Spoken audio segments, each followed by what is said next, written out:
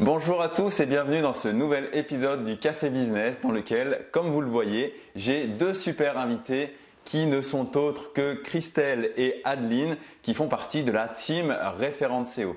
Donc on va voir un petit peu les coulisses, mais c'est pas vraiment ça en fait, parce qu'on va pas vous parler de Référente SEO aujourd'hui, on va vous parler vraiment de ces deux personnages, on peut vraiment les appeler des personnages. Voilà, ça commence, on a des rires. Et est-ce que vous pouvez vous présenter déjà rapidement, on va commencer par Christelle par exemple. Du coup, je m'appelle Christelle, j'ai été prof pendant plus de 8 ans.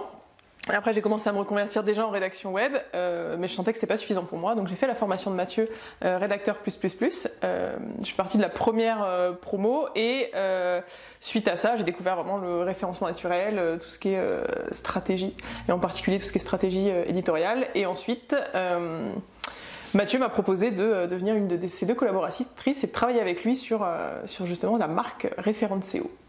Yes. Et toi? Alors, moi c'est Adeline, 33 ans, je viens d'Annecy. Alors donc du coup j'étais manager dans la grande distribution pendant 3 ans. Et après j'ai enchaîné des congés parentaux, maternité, etc. Et comme je ne voulais pas reprendre des horaires de week-end, en coupure, etc. qui ne conviennent pas à une vie de famille, on va dire, j'ai cherché un métier pour travailler sur le web et je suis devenue rédactrice web. Et comme Christelle, comme je sentais qu'il me manquait quelque chose, j'ai suivi la formation de Mathieu en SEO. Et ensuite, même parcours, il m'a proposé de travailler à ses côtés dans la team Référente SEO. Yes, merci. Et du coup, on va parler aujourd'hui d'un sujet qui vous relie toutes les deux, moi un peu moins parce que je connais moins bien, c'est la reconversion professionnelle. C'est le fait d'avoir eu un autre métier avant et puis de se dire maintenant je vais travailler sur le web. Moi j'ai commencé directement sur le web donc j'ai pas eu cette reconversion.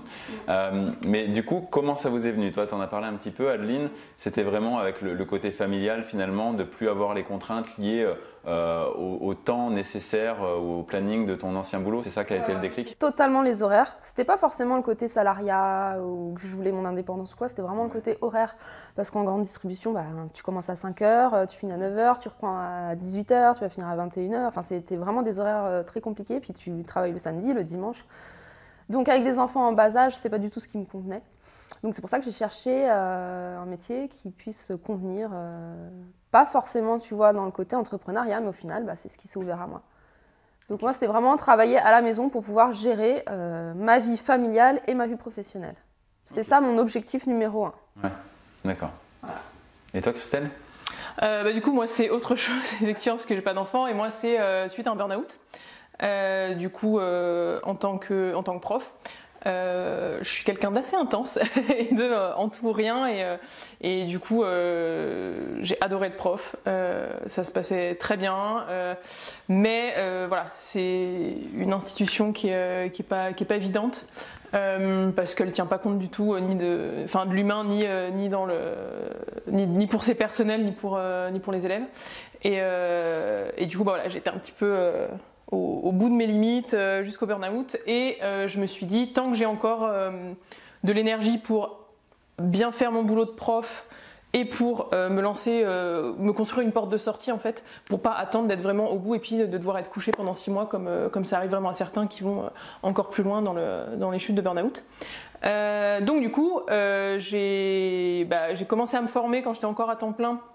Justement, je pris une formation à la rédaction web, et ensuite j'ai demandé un temps partiel. Donc ça me permettait de faire la transition en douceur, parce que l'entrepreneuriat, le marketing, le web, alors quand on vient du privé, je pense qu'il y a déjà un cap, mais alors quand on vient de la fonction publique, c'est même pas un fossé quoi. Pour le coup, c'est un espèce de champ de mine, un no man's land entre les deux. Et déjà rien que de comprendre le vocabulaire, la réalité de l'entrepreneuriat, etc.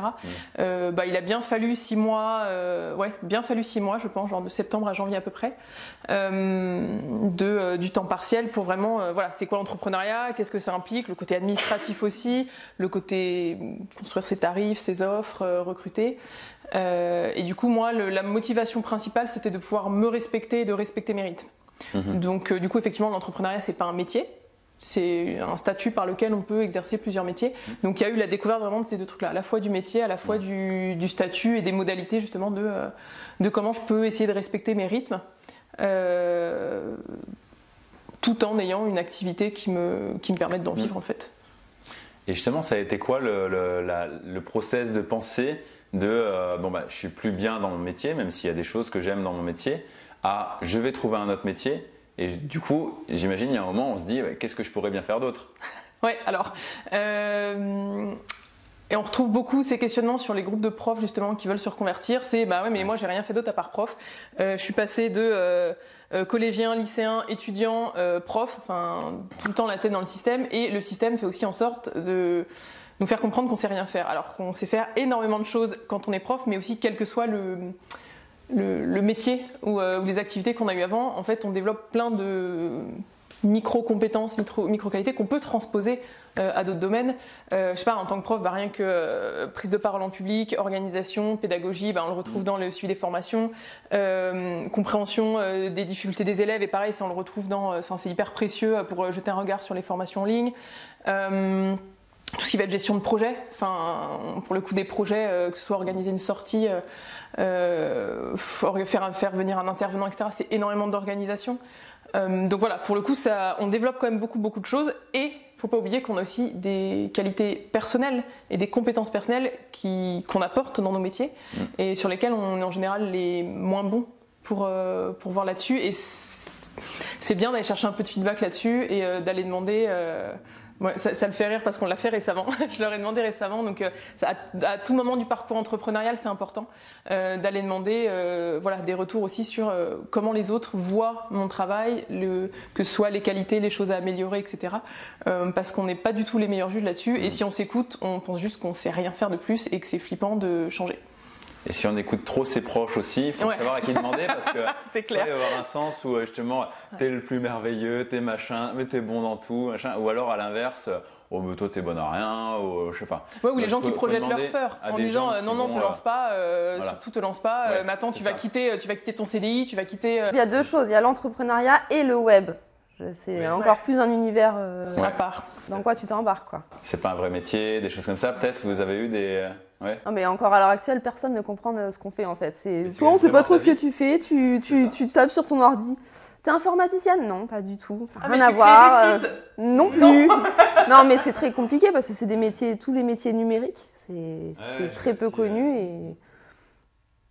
Et du coup, toi, là, tu as parlé surtout des profs, comment ils réagissaient, mais toi, vraiment ton parcours à toi, tu t'es dit quoi? Tu as regardé sur internet ce qui existait comme métier, tu as participé à des groupes pour justement réfléchir ensemble, comment ça a été?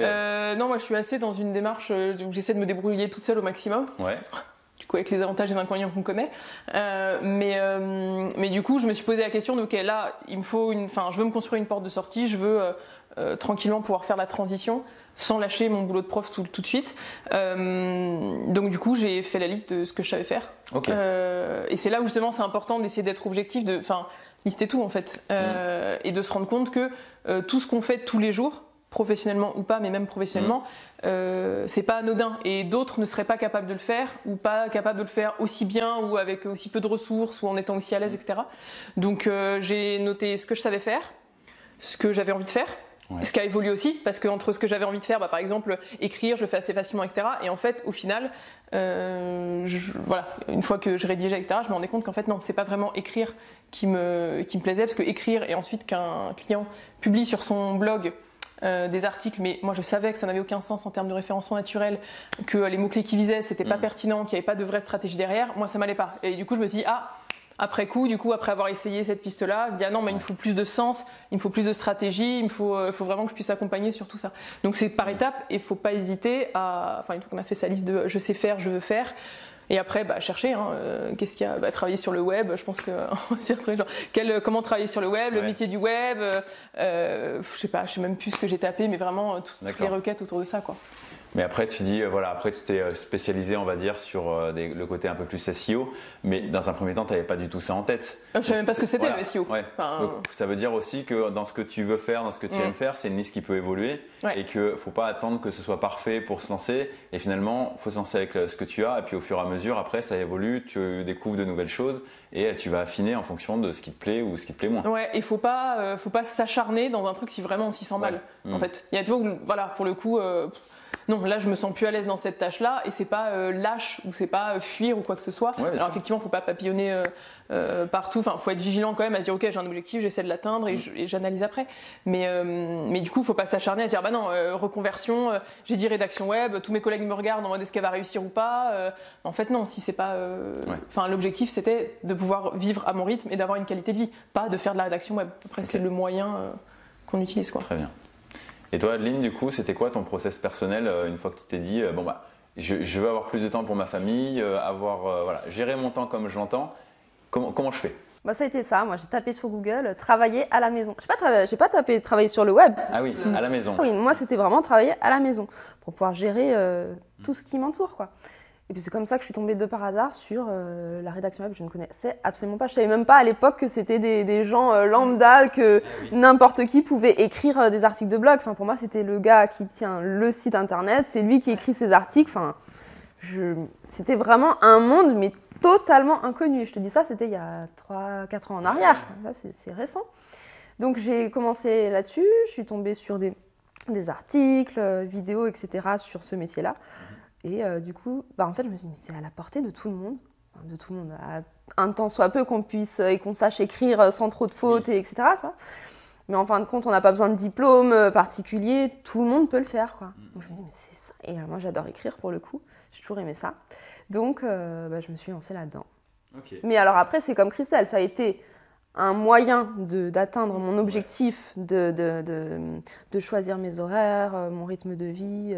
Voilà, je n'ai jamais fait 35 heures par semaine ou quoi. Et après, ça a très très rapidement évolué parce que en fait, ça même pas 2-3 mois, j'ai commencé à écrire.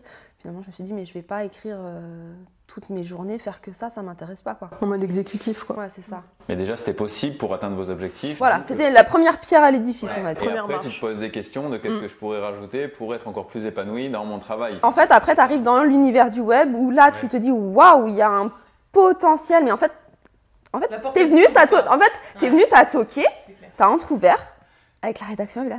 Waouh, en fait, il y a plein de choses. La vitrée qui s'ouvre d'un coup, là. Toi, t'aimes bien toquer en plus. Tu veux pas nous faire un petit toc toc toc? C'est la spécialité d'Adeline. Toc toc toc. Qui est là? C'est Ali. Ali qui? Ali, venez dehors, vous asseoir à ma table. Il fait si froid dehors, ici c'est confortable. Voilà. Alors c'est un peu le quotidien dans Référente SEO vu que on travaille ensemble au quotidien, alors pas de façon physique parce qu'on est chacun dans des villes différentes. Là on s'est retrouvés pour faire un peu de team building, mais sur les groupes WhatsApp, voilà, on est en lien tout le temps et il faut qu'on supporte ça. T'as vu comme il a fait son sérieux en mode Parce que nous faut qu'on supporte ses blagues en fait. Donc vraiment c'est kiff kiff, clairement ça se vaut. Bon, donc la leçon à tirer c'est qu'il faut s'amuser. Ouais. S'amuser tout en étant sérieux quand il faut. C'est ça. Et donc du coup, quand je te dis le champ des possibles s'est ouvert, j'ai rencontré tout de suite plusieurs anciennes personnes qui ont fait des reconversions professionnelles, qui sont devenues rédacteurs ou rédactrices web et qui du coup m'ont parlé de toi, de ta formation. Donc, mais ça c'est génial pour évoluer, blabla.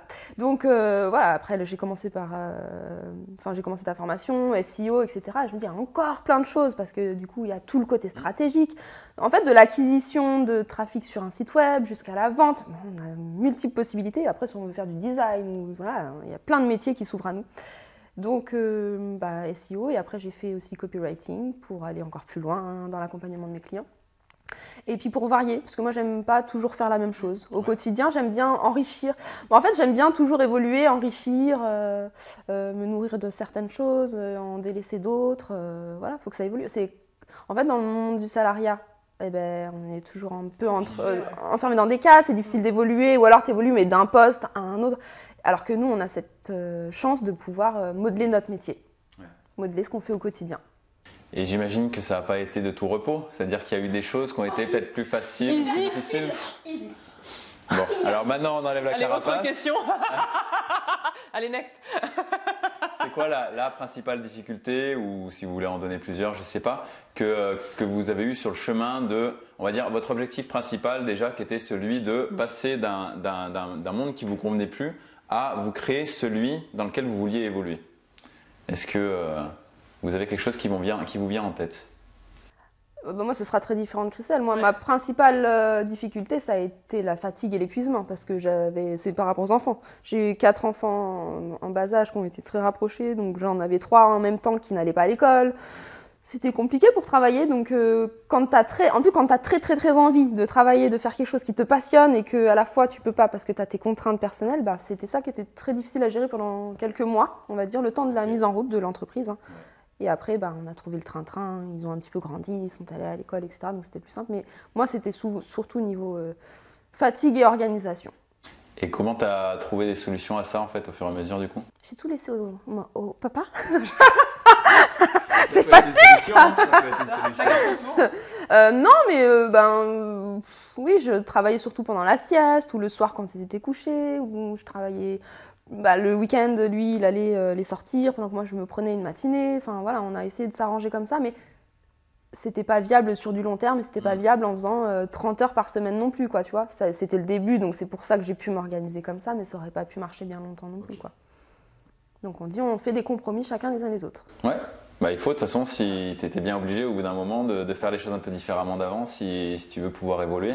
Et ça ne veut pas dire non plus de travailler et se priver des enfants, ça veut dire arriver à inclure un peu les deux et avoir des moments peut-être plus pour les enfants, d'autres moments plus pour le travail, et arriver à trouver cet équilibre qui ne doit pas être évident. C'est ça. Ok. Et donc toi, Christelle, ta difficulté à toi, c'était plutôt quoi? Moi, du coup, ça a été en 2 temps. Pareil, il y a eu le temps de lancement reconversion, et après, une fois que c'était lancé. Donc au moment de la reconversion, la priorité c'était de payer le loyer, d'assurer une activité qui puisse me permettre au moins de payer le loyer. Donc c'est pour ça que j'ai gardé le temps partiel, une année, le temps effectivement de lancer, de me familiariser avec le nouveau métier et l'entrepreneuriat. Et après en fait, dès que dans ma tête j'étais au clair en me disant une fois que je me mets à temps plein sur l'activité, s'il faut, je prends un petit boulot de job alimentaire et je le vivrai pas mal, parce que de faire un boulot alimentaire alors que j'ai fait X études, que j'ai tel concours, etc. Du coup, dès l'instant que j'ai cette barrière-là qui a sauté dans ma tête en me disant non, s'il faut, je prends un boulot alimentaire à côté et c'est pas un problème. À partir de là, j'ai vraiment pu me lancer complètement à temps plein dedans, et j'ai jamais eu à prendre de boulot alimentaire à côté. Donc des fois, c'est vraiment les barrières qu'on se met. Et là, maintenant, une fois que c'est lancé, donc l'entreprise, je l'ai depuis septembre 2019. Okay. Donc ça fait 2 ans et demi là. Et du coup, là, une fois qu'elle est, depuis que là maintenant j'ai un rythme, j'ai envie, il n'y a pas de souci. Le risque, c'est de retomber dans mes travers, parce que voilà, le burn-out, il vient aussi de la façon dont on vit les choses, etc. Et donc, c'est de pas oublier que j'ai changé pour pouvoir respecter mieux mon propre rythme. Et donc, c'est de me forcer à mettre les limites, à m'écouter, à respecter justement quand j'ai besoin de temps off. Et ça reste compliqué, mais au moins, j'ai les moyens d'agir. En fait, okay. Au moins j'ai les moyens et je peux adapter, quoi. C'est ta responsabilité. Exactement. Donc après, c'est toi qui peux mettre les choses en place. Ouais. Et c'est quoi du coup, parce que t'es pas du tout la seule à vivre ça, c'est un peu un des problèmes aussi de l'entrepreneuriat, on peut vite être le nez dans le tableau, oublier un petit peu le portrait global, quoi, et se dire à la base je faisais ça pour ne pas être en burn-out, et finalement je suis en burn-out quand même parce que je gère pas mon temps ou mon... Comment tu fais pour prendre ce recul? Est-ce que tu as des petits outils, des petites... Alors déjà, même si j'ai tendance à oublier mon rythme, etc., quand je suis la tête dans le guidon, il y a un truc que j'oublie pas, c'est la qualité des relations. Pour moi, ça, c'est vraiment le top. Et je sais que c'est important pour Adeline aussi, la qualité des relations avec les partenaires, avec les clients, où en fait, si c'est pas une relation saine, je prends pas. Parce que même si éventuellement ça apporte de l'argent ou quoi que ce soit, en fait, ça prendra tellement plus en temps, en énergie, etc., que ça empêchera de développer la rentabilité de mon activité à côté, parce que j'aurais plus les ressources en temps, j'aurais plus les ressources en énergie, donc c'est pas rentable au final. Donc du coup, je passe ce filtre-là avec mes clients, du coup, et donc je sais par exemple que les clients avec qui je travaille, dont toi, ce sont des relations saines, de qualité, dans lesquelles on peut se dire les choses tout en étant à l'écoute aussi de ce que l'autre a à nous dire. on va pouvoir dire là par contre, moi je vais avoir besoin de faire une pause. Comment on s'organise par rapport à ton travail pour être sûr que toi, tes objectifs, ils sont... Voilà, j'ai des responsabilités professionnelles vis-à-vis de mes clients. Par contre, j'ai aussi des responsabilités vis-à-vis de moi-même, de respect de moi-même. Et c'est aussi dans l'intérêt du client. Si je suis plus là pour travailler et que du jour au lendemain, je peux plus bosser, c'est pas dans son intérêt non plus. Donc c'est au moins d'être face à des gens qui sont alignés avec ça. Ouais. Et après, sinon...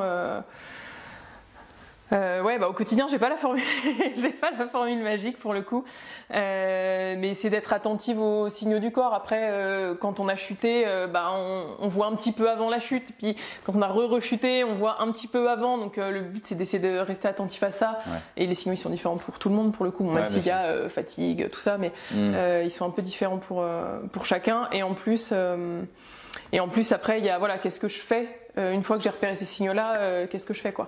Et ça passe par exemple, être beaucoup plus efficace, parce que c'est pas parce qu'on passe 5 heures sur une tâche qu'elle est forcément porteuse de résultats, etc. Donc c'est aussi prendre le temps de dire, en fait, je bosse tant d'heures sur tel projet, sur telle chose, et puis je vois quel résultat j'ai atteint au bout, et est-ce qu'il y a besoin que je mette un autre créneau, plutôt que de dire, je sais pas, toute la matinée jusqu'à ce que j'ai résolu le truc. Donc voilà, c'est plein de petits tips aussi que tu partages régulièrement sur l'organisation, sur la productivité et qu'on apprend au fur et à mesure. Quoi. Ouais.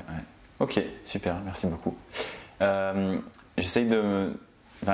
y a une question qui, je pense, doit revenir assez régulièrement, peut-être que vous l'êtes posée, et du coup, quelle est la réponse que vous avez à combien de temps il faut, à partir du moment où on se dit « Ok, je me lance », pour pouvoir en vivre. Alors, c'est très différent selon les personnes, mais votre expérience personnelle, vous, globalement, est-ce que ça a mis 3 mois, 1 an, 10 ans, pour que vous ayez suffisamment d'argent pour être soit l'équivalent d'avant, soit quelque chose qui corresponde à un rythme de vie normal sans manger des pâtes tous les jours, quoi.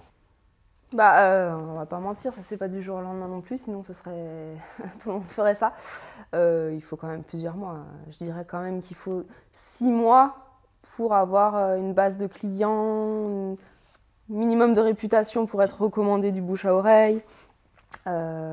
Mieux se vendre aussi parce que c'est de l'expérience. Quand tu ne te vends pas de la même manière tes premières semaines qu'au bout de 6 mois, il faut avoir supporté des échecs aussi pour savoir ce qu'il ne faut pas refaire et qu'il ne faut plus accepter comme client, par exemple.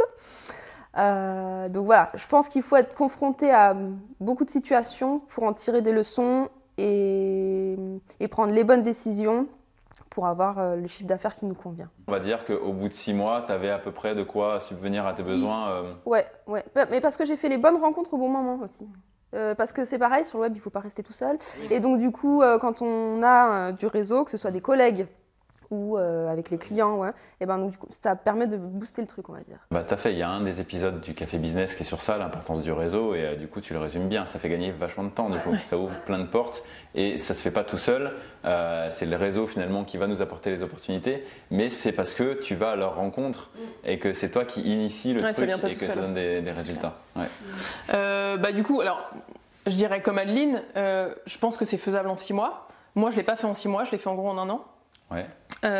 Déjà, le fait d'être à temps partiel, c'est à la fois un avantage parce que j'assurais mon loyer, à la fois un inconvénient parce que du coup je me freinais aussi en me disant non, il ne faut pas que j'ai trop de clients parce que je ne serais pas capable là de supporter la charge de travail sur un mi-temps, et je veux quand même mon boulot de prof, je veux quand même continuer de le faire de façon propre et complète, etc. Donc du coup voilà, et il y avait ça, et il y avait le fait que je préférais prendre plus de temps pour construire une base saine, justement en prenant pas n'importe qui, évidemment des mauvaises expériences, mais du coup de pas foncer tête baissée dans toutes les mauvaises expériences possibles, quoi, et justement d'essayer de tirer des leçons de telle expérience client, de tel retour, de tel prestat, etc.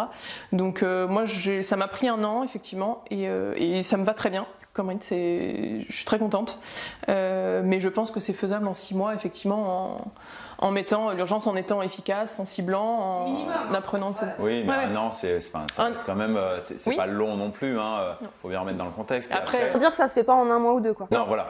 C'est un mensonge de vendre quelque chose en disant le changement viendra en 1 mois ou 2, quoi. Clairement. Alors ça peut avec le réseau, à la limite, il y en a qui vont quitter un job et qui vont savoir directement qu'ils ont à la limite déjà leur ancien employeur recruteur qui va les recruter en Oui, parce que freelance. dans ce cas, il reste dans Il y les a mêmes plein de cas compétences. spécifiques, donc après, il faut voir. Ça, Mais c'est en pas partant forcément de la de zéro et reconversion, en quoi. construisant son réseau, c'est en essayant de trouver ce qu'on veut faire exactement, etc., le temps de se former, de savoir se vendre, ça prend ce temps-là. Et après, sur le fait de quitter son boulot tout de suite ou rester à mi-temps, ça va dépendre vraiment de chacun, de comment il sent le truc. Parce que c'est l'histoire de brûler ses bateaux, quoi. C'est est-ce que tu te dis, il n'y a pas de retour en arrière possible et quoi qu'il arrive, je réussis et sinon, je suis dans la rue, donc de toute façon, ça n'arrivera pas, je trouverai des moyens. Soit, quand même, je sais que ça va être trop de stress pour moi et que je vais mal le vivre et auquel cas, il faut que je garde un petit peu un coussin de sécurité. Mais à un moment donné, il faut l'enlever aussi, quoi. Mais voilà, il ne faut pas qu'il dure 3 ans, quoi. Ouais. Mais c'est super intéressant, merci beaucoup. Est-ce que vous avez quelque chose d'autre à partager à des personnes qui nous écouteraient, qui sont dans cette réflexion peut-être de reconversion professionnelle dans le web, rédacteur web ou autre chose? Qu'est-ce que vous aimeriez leur dire? Moi, je dirais faut trouver le juste milieu entre la réflexion, s'écouter, réfléchir, se renseigner, se former et le passage à l'action, essayer, trébucher, se relever, réajuster le tir. Je trouve que c'est vraiment l'important, c'est vraiment l'équilibre entre ces deux-là, de ne pas faire des choses irréfléchies, de foncer tête baissée dans tous les pièges, et en même temps non plus de ne pas procrastiner, ça, procrastination active, en mode mais oui mais je me forme, ouais, ça fait 3 ans que tu te formes, à un moment donné, essaye quoi. Ouais. Non, puis l'avantage, pour se lancer sur le web, l'avantage, alors, pas quand tu es fonctionnaire, mais si tu as un autre statut que ça, l'avantage c'est que tu peux faire les deux, tu peux combiner ton métier actuel et faire une reconversion en douceur si tu n'es pas sûr de toi ou si tu veux tester, peut-être ça te plaira pas en plus. Donc je pense qu'il ne faut pas foncer tête baissée, il ne faut pas procrastiner non plus, mais on peut faire un joli mix de tout ça pour combiner le cadre de vie professionnel et personnel qu'on a actuellement avec une possible et future reconversion, quoi. Tu peux la faire en douceur.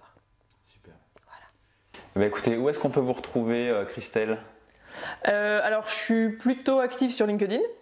Christelle Paco. Je mettrai le lien dans la description de l'épisode. Quelque part, on non, c'est pas comme ça qu'ils font les youtubeurs. Bon, je suis pas youtubeuse, quoi. Moralité.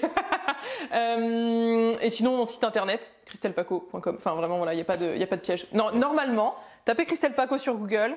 Ça devrait être bon. Vérifiez si c'est bien référencé. Voilà, vérifiez, normalement, il y a la fiche Google My Business, Paco, le LinkedIn, PACO PACAUD, évidemment. Parfait. Du Faut coup, les mais aider comme un ça peu, quand sera même. écrit au bout de mon doigt, voilà, je mets toutes les chances de mon côté. Je vais galérer dans le montage. Là, tu te débrouilles. Et toi, Adeline? Moi, c'est le site internet, les Killeuses du web. Ce sera le plus simple pour tout le monde. Les Killeuses du web que tu fais en partenariat avec Dorothée Mansuy, ma binôme, collègue, rédactrice, grâce à qui, en plus, j'ai intégré ta formation et le réseau. Eh bien super, merci beaucoup en tout cas pour tout ce que vous avez partagé. Je pense que ça va aider pas mal de gens qui sont dans une situation comme la vôtre mais à 3 ans ou 4 ans avant. Donc c'est top parce que le web c'est quand même extraordinaire, faut le dire, non? Yes. Et puis nous on se retrouve dans un prochain épisode du Café Business samedi prochain à 13h30. Ciao.